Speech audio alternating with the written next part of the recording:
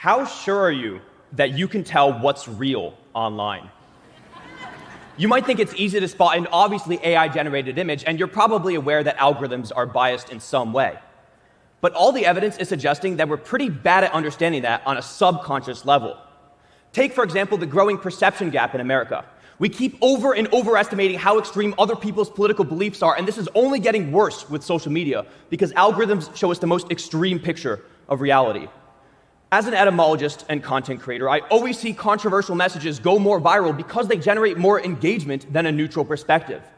But that means we all end up seeing this more extreme version of reality, and we're clearly starting to confuse that with actual reality. The same thing is currently happening with AI chatbots, because you probably assume that ChatGPT is speaking English to you, except it's not speaking English, in the same way that the algorithm's not showing you reality. There are always distortions depending on what goes into the model and how it's trained. Like, we know that ChatGPT says delve at way higher rates than usual, possibly because OpenAI outsourced its training process to workers in Nigeria who do actually say delve more frequently. Over time, though, that little linguistic overrepresentation got reinforced into the model even more than in the workers' own dialects. Now that's affecting everybody's language. Multiple studies have found that since ChatGPT came out, people everywhere have been saying the word delve more in spontaneous spoken conversation. Essentially, we're subconsciously confusing the AI version of language with actual language. But that means that the real thing is ironically getting closer to the machine version of the thing. We're in a positive feedback loop with the AI representing reality, us thinking that's the real reality, and then regurgitating it so that the AI can be fed more of our data. You can also see this happening with the algorithm through words like hyperpop, which wasn't really part of our cultural lexicon until Spotify noticed an emerging cluster of similar users in their algorithm. As soon as they identified it and introduced a hyperpop playlist, however, the aesthetic was given a direction. Now people began to debate what did and did not qualify as hyperpop.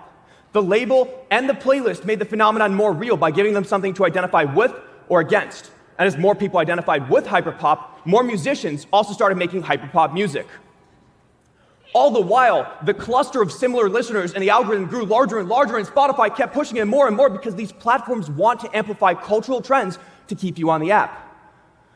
But that means we also lose the distinction between a real trend and an artificially inflated trend. And yet this is how all fads now enter the mainstream. We start with a latent cultural desire, like maybe some people are interested in matcha or Labubu or Dubai chocolate. The algorithm identifies this desire and pushes it to similar users, making the phenomenon more of a thing. But again, just like how ChatGPT misrepresented the word delve, the algorithm is probably misrepresenting reality.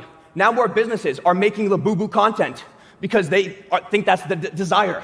More influencers are also making Labubu trends because we have to tap into trends to go viral.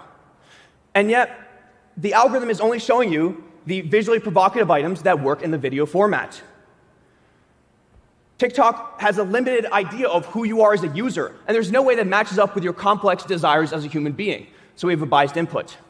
And that's assuming that social media is trying to faithfully represent reality, which it isn't. Instead, it's only trying to do what's going to make money for them. It's in Spotify's interest to have you listening to hyperpop, and it's in TikTok's interest to have you looking at Labubus because that's commodifiable. So once again, we have this difference between reality and the representation of reality, where they're actually constantly influencing one another. But it's incredibly dangerous to ignore that distinction because this goes beyond our language and our consumptive behaviors. This affects the world we see as possible.